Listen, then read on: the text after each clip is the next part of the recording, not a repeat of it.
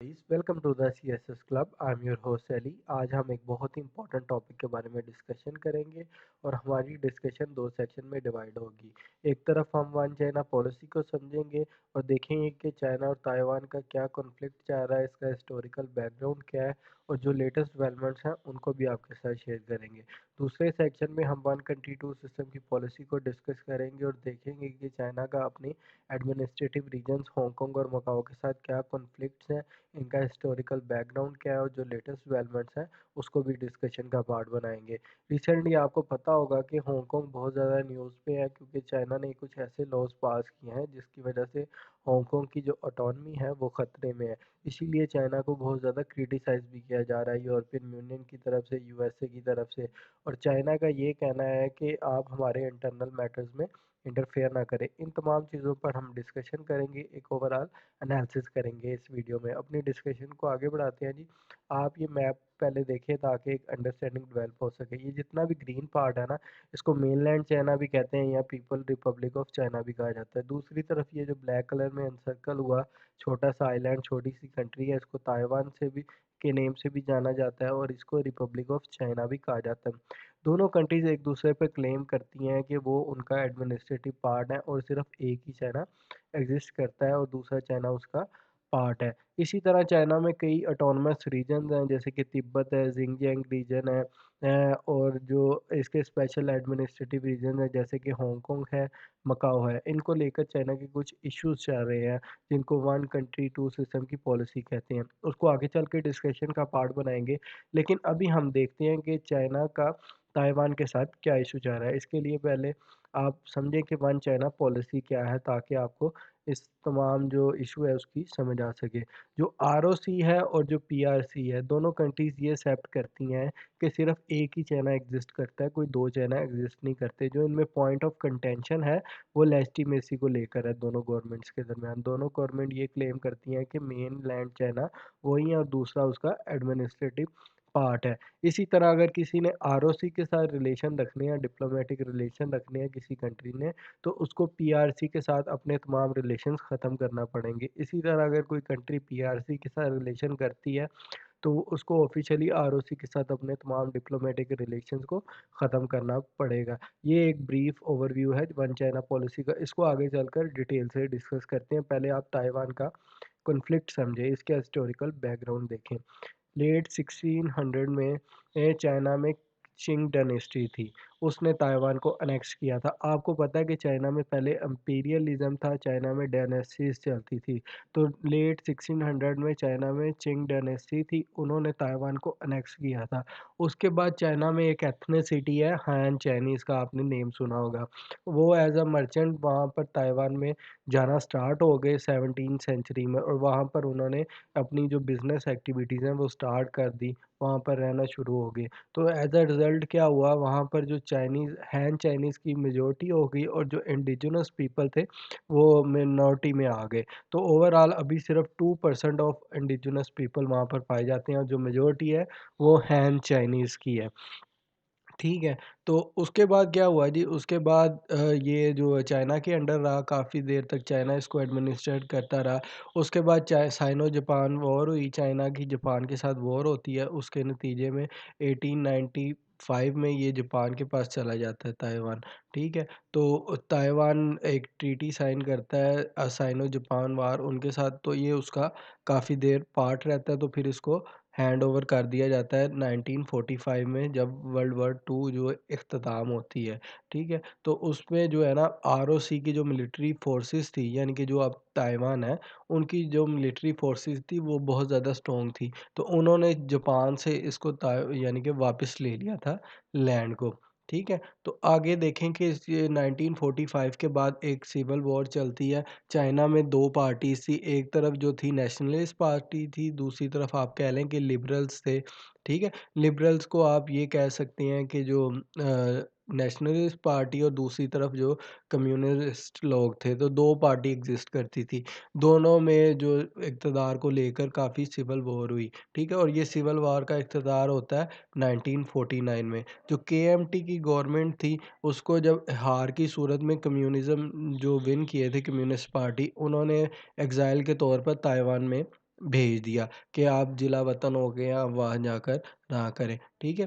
तो जो केएमटी की फिर गवर्नमेंट थी, वहाँ पर उन्होंने जाके, क्योंकि वो आर्मी के पर्सोनल्स भी थे उसमें, वो ताकत भी रखते थे, तो वहाँ पर जाकर उन्होंने अपनी गवर्नमेंट बना ली और उन्होंने जो है दोनों आइलैंड्स पे वो क्लेम करने लग पड़े, ठीक है जी? उसके बाद देखेंगे कि पहले जो चाइना के और यूएस के रिलेशन थे वो बड़े ज़्यादा ख़राब थे। 1941 9 में जब वॉर ख़त्म हुई और उस उनको एग्ज़ाइल करके वहाँ पर भेज दिया गया, तो एडमिनिस्ट्रेशन का मसला बढ़ गया कि कौन सी कंट्री किसके साथ अपने डिप्लोमेटिक रिलेशन रखेंगी। तो जो यूएस था उसके पहले डिप्लोमेटिक रिलेशन थे जो ताइवान है उनके साथ आरओसी के साथ थे, ठीक है? तो वाशिंगटन की जो पोजीशन थी वो चेंज होना स्टार्ट हुई जब निक्सन की एडमिनिस्ट्रेशन आई यूएसए में। तो उसके बाद जो है आरओसी ने अपनी जो एक सीट थी, रिप्रेजेंटेटिव की सीट थी एज अ चाइना, तो वो खो दी और 1971 में जो है निक्सन ने बीजिंग को रिकग्नाइज कर लिया। अपने डिप्लोमेटिक टाइज जो है वो बीजिंग के साथ उन्होंने रिज्यूम कर ले और आरओसी को उन्होंने जो है ऑफिशियली उसके साथ अपने डिप्लोमेटिक्स ख़त्म कर दिए।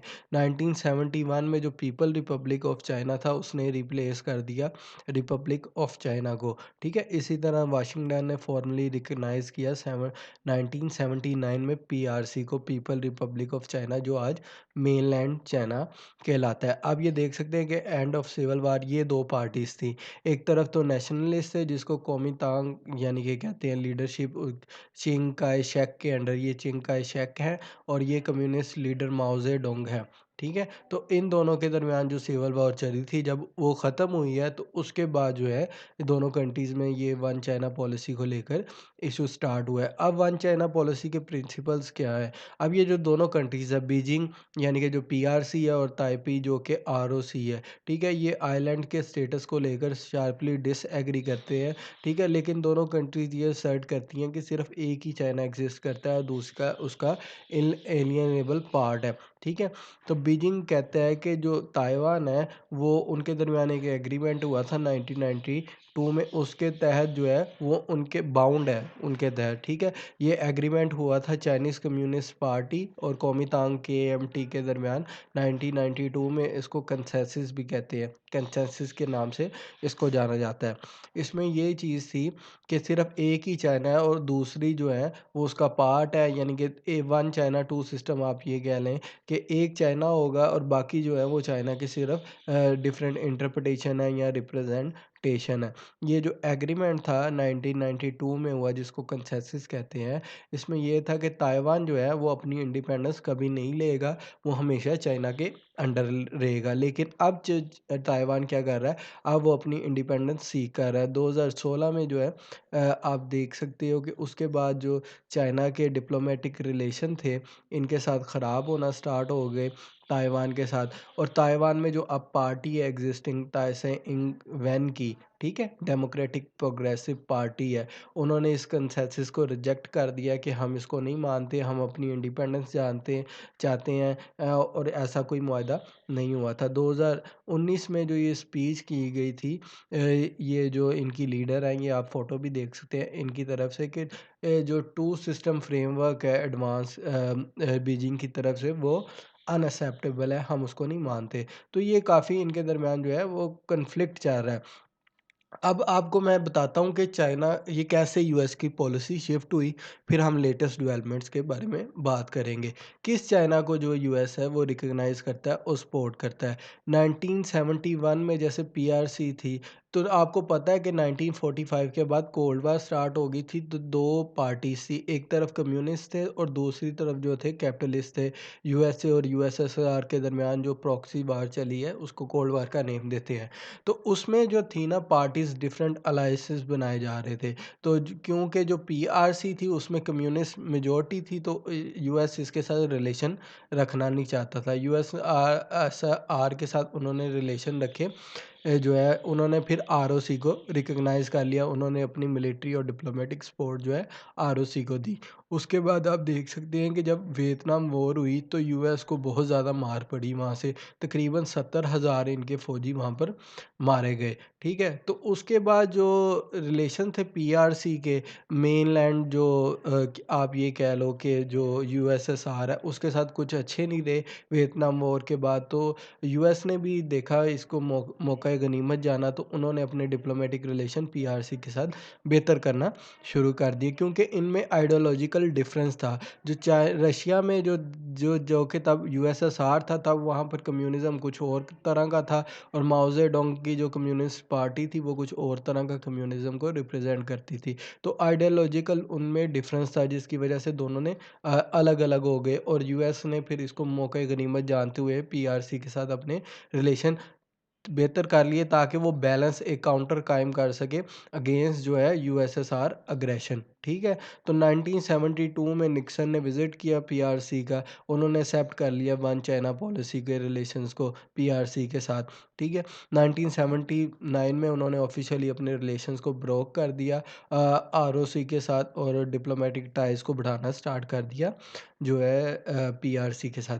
अब आपको लेटेस्ट डेवलपमेंट्स बताता हूँ। जैसे कि मैंने आपको बताया कि उनकी जो न्यू लीडर हैं, उनकी डीडीपी पार्टी की जो मैम लीडर हैं, वो कहती हैं कि हम में ये जो कंसेंसस था ये अनएक्सेप्टेबल है। हम ऐसे किसी को उसको नहीं मानते। अब जो लेटेस्ट इश्यू चल रहे हैं, चाइना ने भी 2016 में इनके साथ अपने डिप्लोमेटिक रिलेशन ख़त्म कर दिए थे, क्योंकि वो वहाँ पर प्रो इंडिपेंडेंस मूवमेंट स्टार्ट हो गई थी।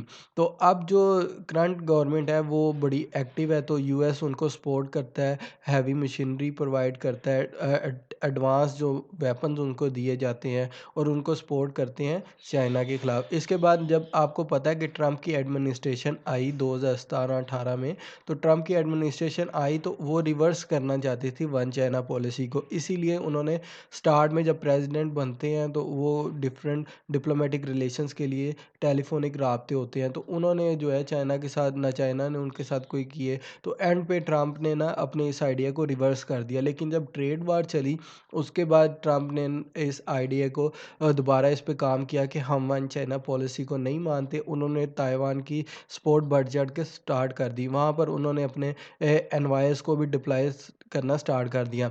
इवन कि ये एक मुआहदा है कि अगर आप एक कंट्री के साथ अपने रिलेशन रखते हो तो डिप्लोमेटिक रिलेशन दूसरी कंट्री के साथ ख़त्म करने पड़ेंगे। लेकिन जो यूएसए है, उन्होंने शुरू से मिलिट्री सपोर्ट प्रोवाइड किया, इकोनॉमिक एड प्रोवाइड करते रहे हैं ताइवान को। तो उन्होंने अब अपनी इकोनॉमिक एड और मिलिट्री एड बढ़ा दी थी, ताकि चाइना को कंटेन किया जा सके और ताइवान को जो है वो अलग किया जाए। अब चाइना क्यों ताइवान चाहता है? चाइना के जो इस रीजन में, साउथ एशियन रीजन में जो उसकी बढ़ती हुई अग्रेशन है, बढ़ता हुआ इन्फ्लुएंस है, वो उसके लिए जो ताइवान का आइलैंड है, वो एक chain of island, pulse of island में मेन सेंटर पार्ट है। अगर वो चाइना का उस पे कब्ज़ा हो जाता है, वो चाइना के अंडर आ जाता है, चाइना की एडमिनिस्ट्रेशन के, तो बाकी कनेक्टिविटी में आसान होगा, चाइना का इन्फ्लुएंस को फिर इतनी जल्दी काउंटर नहीं किया जा सकता। तो चाइना इसलिए क्या कर रहा है, अब उनके डिप्लोमेटिक रिलेशन नहीं है, तो वो एक किस्म का थिकार है, एक हाइब्रिड वॉरफेयर उन्होंने लॉन्च की हुई है ताइवान के खिलाफ। तो वो अपनी एक्टिविटीज़ को बढ़ा रहा है उस रीजन में, ताइवान के इर्द गिर्द वो नेवल एक्टिविटीज़ को बढ़ा देता है। कभी वो अपने प्लेन्स जो हैं वहाँ पर उनके गश्त करते रहते हैं, उनकी टेरिटरी के पास पास।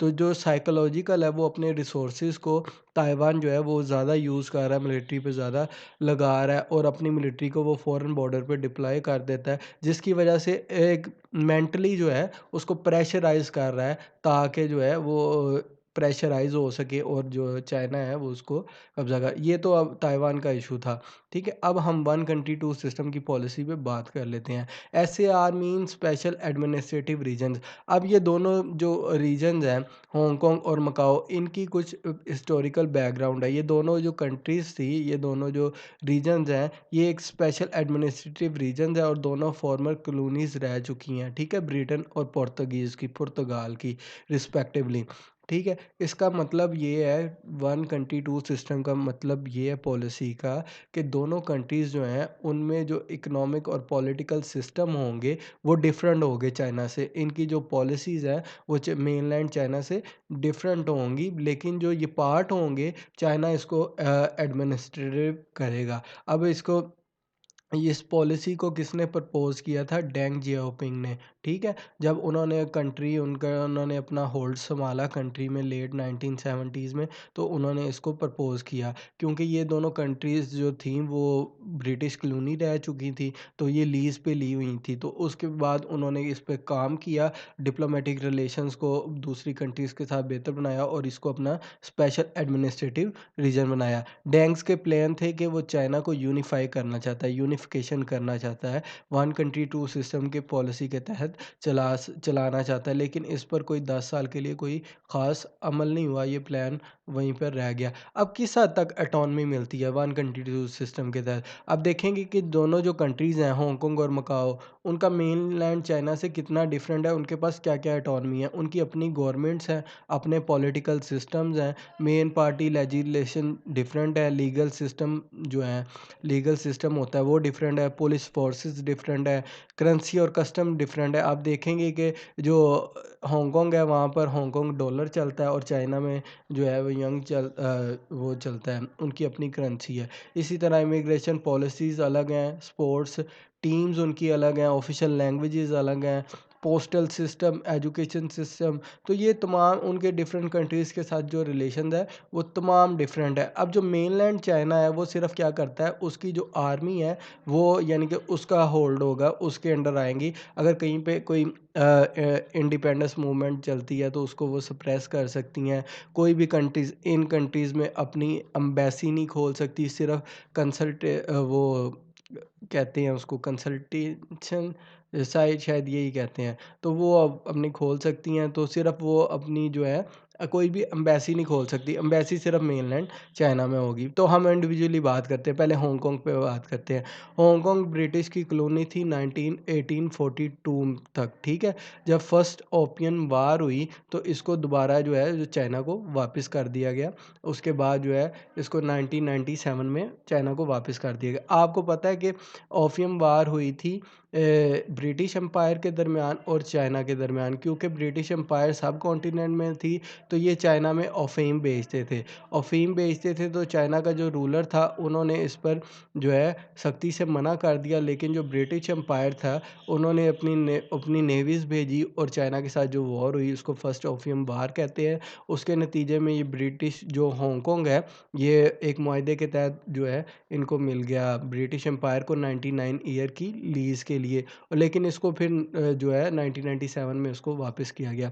1989 में जो ब्रिटिश गवर्नमेंट थी, ठीक है, और जो चिंग डायनेस्टी थी, उनके दरमियान एक जो कन्वेंशन साइन हुआ, कन्वेंशन ऑफ पेकिंग का नाम उसको कहते हैं, पेकिंग तब बीजिंग को कहते थे, ठीक है? कि ये जो हांगकांग है इसकी जो है अपनी जुडिशरी होगी, सेपरेट लीगल सिस्टम होगा मेनलैंड चाइना से, ठीक है? और जो उनके बेसिक राइट्स हैं, बेसिक लॉ जिसको कहते हैं, freedom of speech, freedom of assembly, और जो बेसिक जो इंडिपेंडेंस ह्यूमन राइट्स वैल्यूज़ होती हैं वो उनको मिलेंगी, ठीक है? जो एक्सपायर होनी है 2047 में, ठीक है? तो तब तक का हांगकांग का जो स्टेटस होगा वो यही रहेगा। चाइना इसमें कोई चेंजिंग्स नहीं ला सकता। अब जो चाइना क्या कर रहा है, चाइना इसमें काफ़ी चेंजिंग्स ला रहा है, वो आगे चल के हम उसको डिस्कस करते हैं। आप पहले मकाओ का स्टेटस देखें।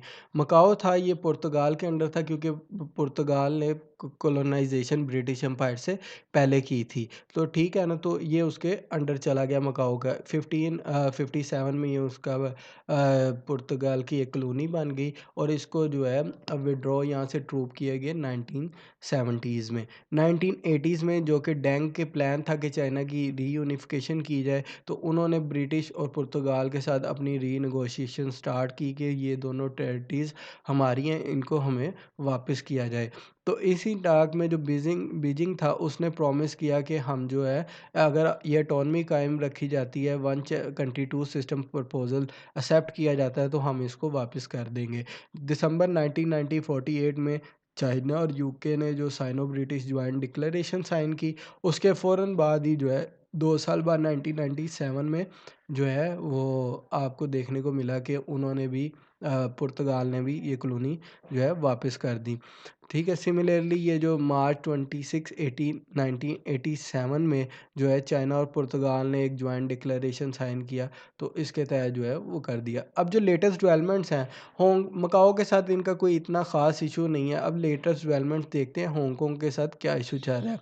2014 में हांगकांग में एक जनाब जी एक मूवमेंट स्टार्ट होती है जिसको अम्ब्रेला मूवमेंट कहते हैं, जिसमें हांगकांग के जो लोग थे उन्होंने काफ़ी प्रोटेस्ट किया, क्योंकि चाइना वहाँ कर जो चाइना की कम्युनिस्ट पार्टी थी ना, वो वहाँ पर ये चाहती थी कि जो वहाँ का हांगकांग का एग्जीक्यूटिव होगा उसकी जो स्क्रीनिंग होगी, यानी कि जो सिलेक्ट होने के लिए होती है वो स्क्रीनिंग ये पार्टी करेगी। तो इसीलिए वहाँ पर उसके ख़िलाफ़ एक मूवमेंट स्टार्ट हुई जिसको अम्ब्रेला मूवमेंट का नेम देना स्टार्ट किया गया। अब हांगकांग का प्रोटेस्ट स्टार्ट होता है जून में, ठीक है? 1920 की बात मैं कर रहा हूँ, ठीक है? उसमें उन्होंने कहा कि जो भी एक्स्ट्राडिशन है, एक्स्ट्राडिशन कहते हैं हवालगी का मुआहदा, ठीक है ना? तो एक्स्ट्राडिशन का ये होगा कि अगर कोई भी हांगकांग में कोई भी जुर्म करता है और वो इंडिपेंडेंस सेपरेटिस्ट मूवमेंट पर पार्टिसिपेट करता है, तो उसका जो ट्रायल होगा वो मेनलैंड चाइना में चलाया जाएगा। इस पर काफ़ी प्रोटेस्ट हुआ,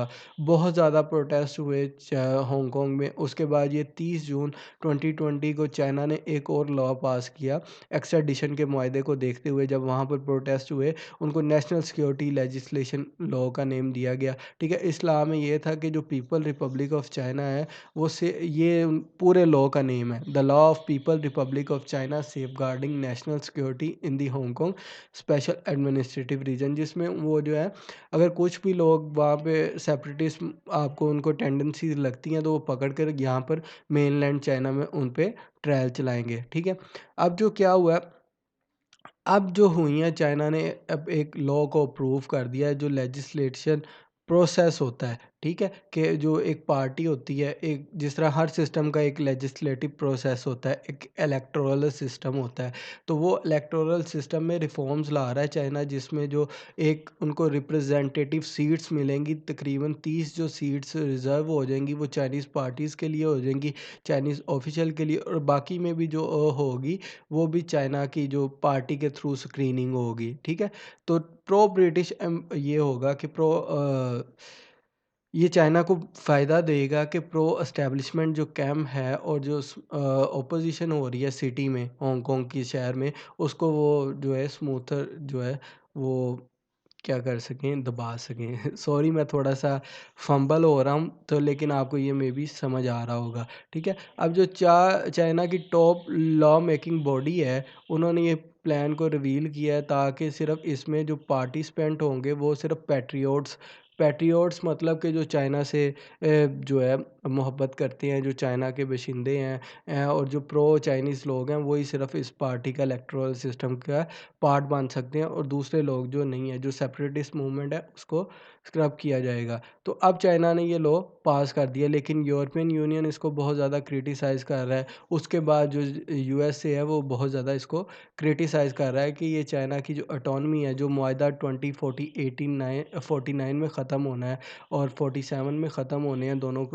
ऑटोनमस रीजन्स के, तो वो चाइना पहले ही ख़त्म कर रहा है। और जो जो इंडिपेंडेंस मूवमेंट एक चाह रही है कि हांगकांग एक अलग कंट्री बन जाएगा, एक ऑटोनमी ले लेगा, तो वो पॉसिबल चाइना उसको स्क्रब करने। अब कुछ इंटरेस्टिंग डेवलपमेंट्स हुई हैं। इंटरेस्टिंग डेवलपमेंट्स क्या हुई हैं, जो यूनाइटेड नेशन जनरल असेंबली का सेशन होता है उसमें ये हांगकांग के इशू को बहुत ज़्यादा रेज़ किया गया था, तो बहुत ज़्यादा क्रिटिसाइज़ किया गया था यूएसए की तरफ, यूरोपियन यूनियन की तरफ से। उसमें जो जर्मनी ने 39 कंट्रीज़ का एक ब्लॉग बनाते हुए चाइना को कंडेम्ड किया था कि चाइना की जो पॉलिसीज़ हैं जिनजियांग रीजन में, उसके बाद जो हांगकांग में है, पुअर ह्यूमन राइट अब्यूज़ कर रहा है। उसके नतीजे में पाकिस्तान ने 55 कंट्रीज़ के ब्लॉग के साथ ये डिक्लेयर किया कि हांगकांग चाइना का इंटरनल मैटर है और इसमें कोई इंटरफेरेंस नहीं करनी चाहिए किसी कंट्रीज़ को। पाकिस्तान ने एक रेज़ोल्यूशन स्पॉन्सर की जिसमें ये था कि जो वर्ल्ड कम्युनिटी है वो इंटरफेयर नहीं करेंगी। उन्होंने प्रिंसिपल जो यूनाइटेड नेशन के चार्टर के कुछ प्रिंसिपल हैं वो याद दिलवाए कि किसी भी वर्ल्ड की कम्युनिटी को वो है ये हक नहीं है कि वो किसी कंट्री के जो इंटरनल मैटर्स हैं उसमें इंटरफेयर करें। उसके बाद क्यूबा और 55 कंट्रीज़ ने एक जॉइंट स्टेटमेंट दी चाइना को सपोर्ट करने के लिए कि चाइना जो है वो टेररिज्म मेजर्स कर रहा है जिंगजियांग रीजन में, वो कोई ह्यूमन राइट अब्यूज़ नहीं हो रहा, ठीक है। तो उन्होंने चाइना के सपोर्ट को अब्यूज़ कह रहा हूँ, सपोर्ट किया और रिजेक्ट किया वेस्टर्न क्रिटिसिज्म्स को। तो ये कुछ इंटरेस्टिंग डेवलपमेंट्स हैं। अब जो चाइना को लेकर चाइना जो है वो क्रिटिसाइज़ होता है हांगकांग को लेकर। चाइना चाहता है कि जो वहाँ पर इंडिपेंडेंस मूवमेंट चल रही है, सेपरेटिस्ट मूवमेंट चल रही है, उसको स्नप किया जाए, एक इलेक्टोरल रिफॉर्म्स लाए जाएँ। तो उन्होंने ये लॉ पास भी कर दिया है और जो यूएस ऑफिशियल्स हैं वो कंटिन्यूअसली थ्रेट कर रहे हैं चाइना को इसको लेकर। उन्होंने चाइनाज़ के कई ऑफिशियल्स पर सैंक्शंस भी इम्पोज़ कर दिए हैं। इसको स्मार्ट सैंक्शंस का नेम दिया जा रहा है। अब कंट्रीज़ पर सैंक्शन इम्पोज़ नहीं होती, अब कंट्रीज़ की कंपनीज़ पर, इंडिविजुअल्स पर सैंक्शन इम्पोज़ की जा रही हैं। तो ये ओवरऑल हांगकांग का इशू है। अभी देखेंगे कि फर्दर क्या डेवलपमेंट आती है। जो भी डेवलपमेंट आएगी उसको आपके साथ शेयर किया जाएगा। तो ये अभी तक की डेवलपमेंट थी कि हांगकांग का जो इशू है वो बड़ा वैलिड इशू है और बहुत ज़्यादा उस पे कंसर्न्स हैं डिफरेंट कंट्रीज़ के। यूएसए के अलग हैं, चाइना के अलग कंसर्न्स हैं। चाइना जो है वो हांगकांग को ऑटोनॉमी नहीं देना चाहता क्योंकि वो उसका पार्ट है, ठीक है। और उन्होंने वो ब्रिटिश से लिया था, तो इसीलिए वो चाहते हैं कि ये उसका पार्ट बन के रहे, वहाँ पर जो यूएसए सपोर्ट कर रहा है मूवमेंट को वो ना कर सके। तो ये अभी तक की ओवरऑल हमारी डिस्कशन थी। तो माज़रत चाहता हूँ जो थोड़ा-सा मैं फंबल हो जाता हूँ क्योंकि कॉन्टिन्यूअसली इतना बोलना पड़ता है, तो इसीलिए थोड़ा-सा फंबल हो जाता हूँ। तो आगे कोई अपडेट आएगी तो आपके साथ ज़रूर शेयर करेंगे। अभी तक की ये डिस्कशन थी। Thank you so much.